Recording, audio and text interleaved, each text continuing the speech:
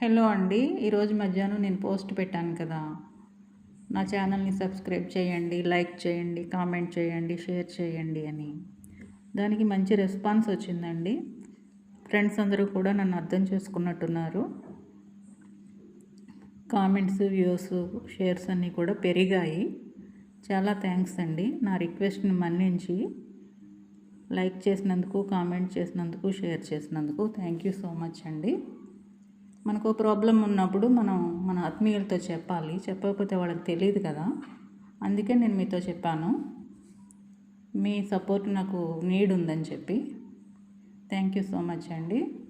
స్నేహితుల దగ్గర, డాక్టర్ల దగ్గర, లాయర్ల దగ్గర మనం ఏమీ దాచకూడదు.